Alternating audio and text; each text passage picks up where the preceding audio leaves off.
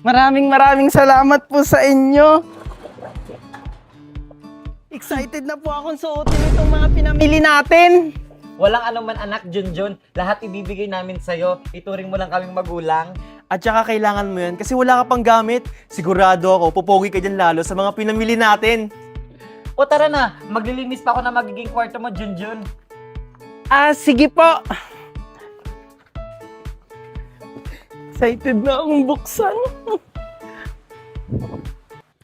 Sino yung batang kasama ng mag-asawa? Hoy, Mare! Sino yung sinisilip-silip mo dyan? Yung mag-asawa ni Valerie at Marco. O anong meron sa kanila? Kasi Mare, nag-shopping sila. May kasama silang bata. Ano? Siguro, sinubukan na nila mag-ampon. Siguro nga Mare. Saan kaya galing yung bata? Alam mo, itanong na lang natin pag nakita natin si Valerie. Wow! Ang ganda talaga nito! O ayusin mo na dyan ha, itatapon ko lang to. Oh, Mare, andyan pala kayo? Hi, Mare! Sino nga pala yung kasama mong bata kanina? Oo nga Mare. Sino pong kausap nyo ate ba? Mama, okay? Mama Valerie. Ikaw? Bakit? Kilala mo siya? Hindi. Pero di ba ikaw yung batang madungis na nagtanong sa akin nung nakaraan? Oo, ako po yun. Mama, siya po yung sinasabi kong siya yung nagturo ng bahay nyo. Ganun ba? Maraming salamat sa'yo, Mare, ha? Inampun mo yung batang yan? Ipulubi yan eh. Yak! Ew! Ano ka ba naman, Valerie? Sa dami-daming aampunin, sa pulubi pa talaga? Kaya nga.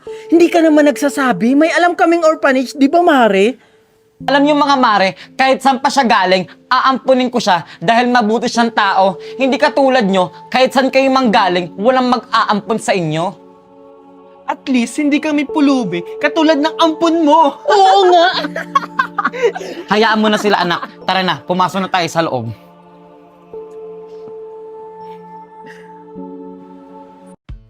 Ito na yung kwarto mo anak, Junjun. Wow! Ang ganda naman po ng kwarto ko, Mama Valerie. Salamat po!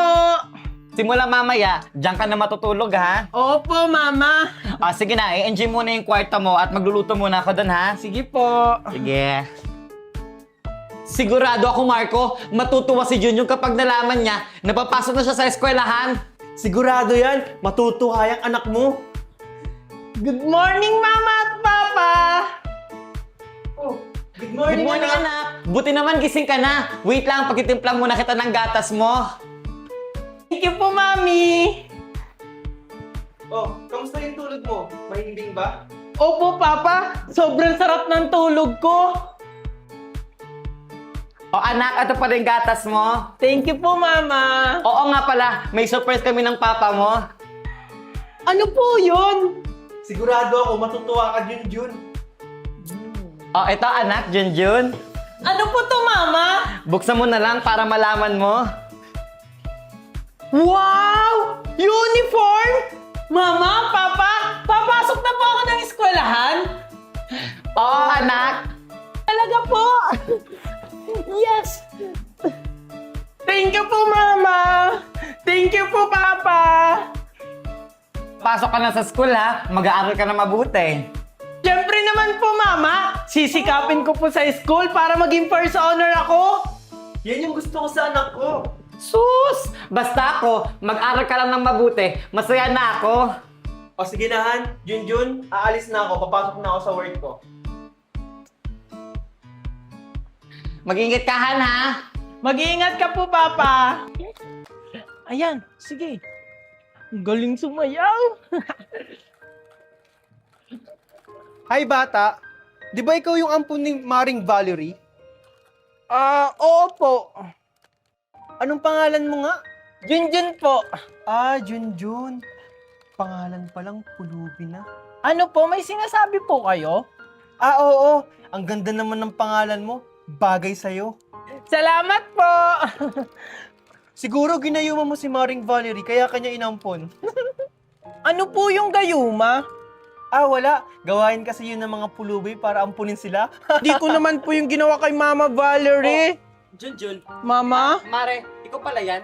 Hi, Mare. Kausap ko nga pala yung anak mong pulubi. Alam mo, Ursula, unahin mo kaya muna yung mga gawain bahay mo bago ka makipagchismisan. Totoo naman napulubo yung anak-anakan mo. Tara na anak, pumasok na tayo sa loob. Hayaan na natin siya.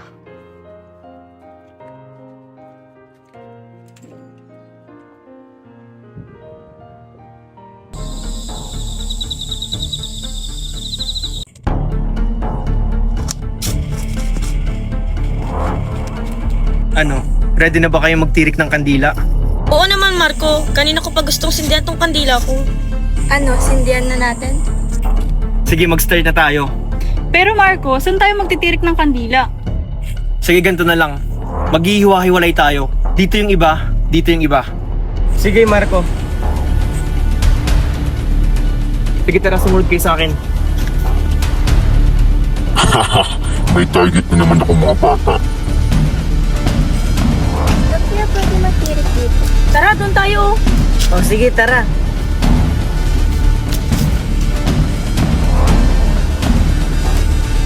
Ikaw naman.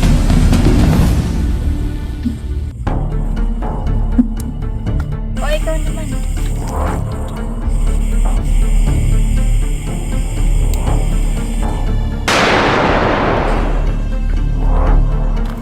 Eka, naramdaman niyo ba yun? Oo nga parang may nakatay sa likod natin kanina. Kaya nga, umalis na tayo dito. Saan kaya pwede magtirik ng kandila? Alam ko na, dun tayo. Tara! Teka, may lighter ba kayo? Ito meron. Akin na nga, ang bagal mo naman. O, ikaw naman.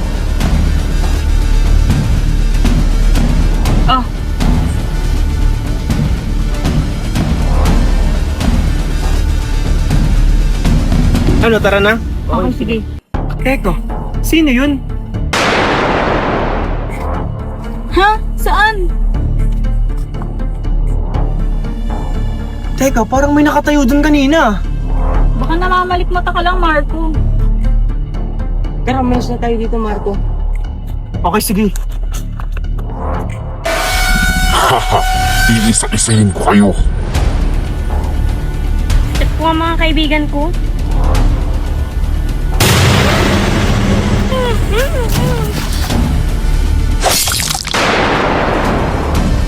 Sa wakas, nabawasan na rin ng isa. Nasaan na kaya yung iba? Ang angas naman ng motor ko. Ano kayang magandang design sa motor ko?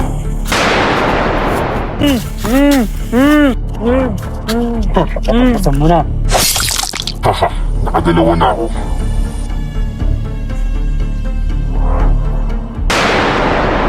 Ano kaya yun?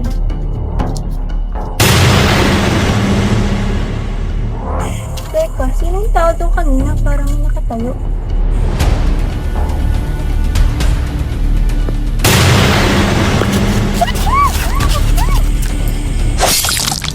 Haha, tatlo na lang. Teka, nasaan na kaya yung tatlo? Hala, sino yung nakamaskara?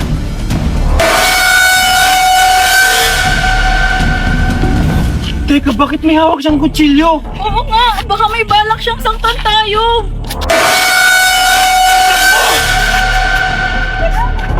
Buti pa si Megan pumapasok na ng school. Ako kailan kaya ako papasok ng school? Pangarap ko kasi yun. Hoy! Anong sinisilip-silip mo dyan? Gusto mo mag-aral, no?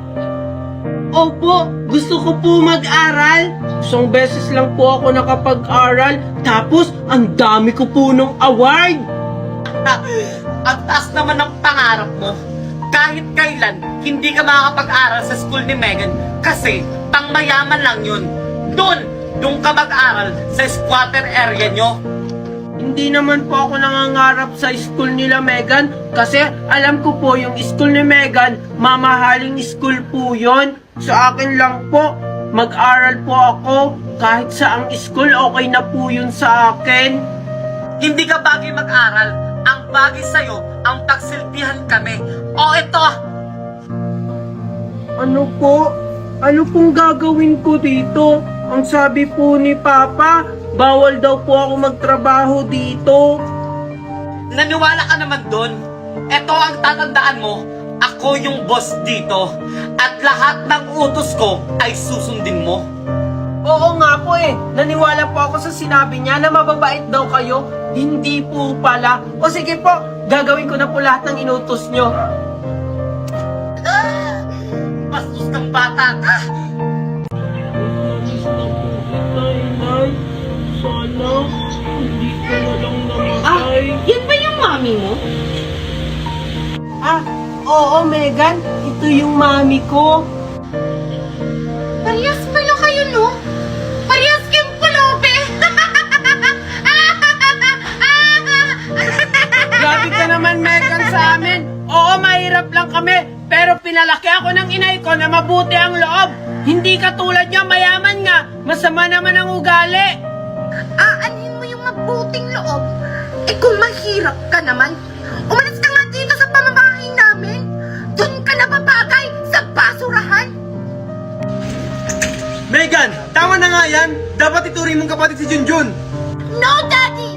Kahit kailan, hindi ko yun matatanggap bilang isang kapatid si Junjun! Hoy Megan, bastos ka, sumasagot ka na. Papa, pwede po bang umalis na lang ako dito?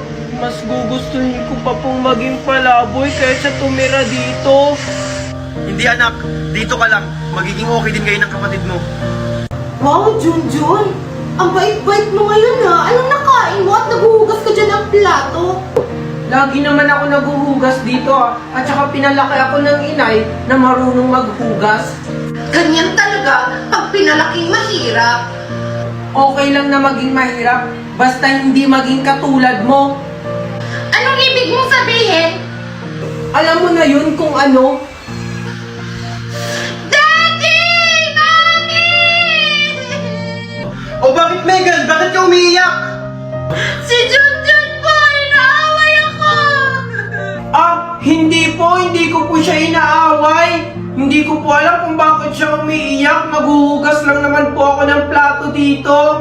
Oh, hindi naman pala Megan eh. Ikaw Megan, huwag mo akong inaarte-artehan. Alam ko na yung ugali mo. Manda ka talaga sa akin, Junjun. Ano Marco? Kinakampihan mo na yung anak mo sa labas? Wala akong kinakampihan, Valerie. Baka nakakalimutan mo Marco, sampid lang yung anak mo dito. Baka nakakalimutan mo rin, Valerie, na may mas karapatan siya dito kaysa sa'yo. Ano? Hindi yan maaari. Wala siyang karapatan dito. Wala! Anak, Junjun? Bakit si Junjun lang ang hinahanap mo, Daddy? Hindi naman sa ganun, anak. Di ba nga gusto mag-aral ni Junjun, yung kapatid mo? Kaya yun, in-enroll ko siya. Talaga po, Papa, in-enroll niyo na po ako? So, ibig sabihin, makakapag-aral na po ako? Oo, Junjun, makakapag-aral ka na. At hindi lang yun, parehas kayo ng school na papasukan ni Megan. Ano, Daddy? Parehas kami ng school ni Junjun? Hindi siya bagay doon! Pangmayaman yung school namin! Hindi mga kagaya ni Junjun! Mukhang pulubi! Oo nga Marco, baka mapayaran tayo doon. Alam mo naman ang kilala tayo sa school nila Megan. Nakakaya sa mga classmate ko, Daddy! Baka malaman nilang may kapatid akong pulubi! Tama na nga yan. Tsaka Megan, hindi bulubo yung kapatid mo. Ganun pa rin yun! Galing pa rin siya sa basurahan! Ayusin mo lang talaga Marco. At ikaw Junjun, huwag na huwag kang magyayabang. Hayaan mo na sila, Junjun. Kakausapin ko sila. Oh Yaya, asikasuhin mo na yung baon ni Megan. Pamaba na yun. Bilis, asikasuhin mo na. Ay, sorry po, Mama! Ito na po! Asikasuhin na po! Bilisan mo na, bilis! Akala mo siguro, Junjun, makakapasok ka ngayon sa school.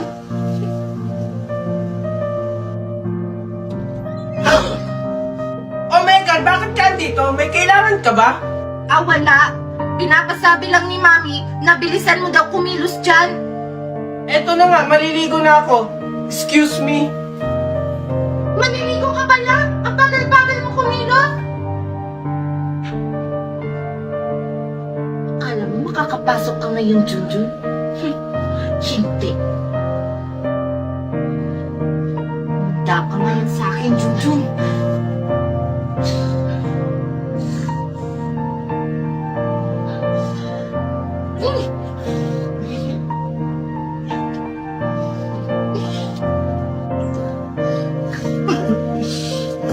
O Junjun, ba't ngayon ka lang naligo? Malilit na kayo ni Megan, oh! Maaga pa naman po. Anong maaga? Huwag mo nga kayahin yung school mo dati sa school nila Megan. Mami, nakahanda na po ako. Wait lang, Megan. Ito kasi isa, pabagal-bagal. No! Ayoko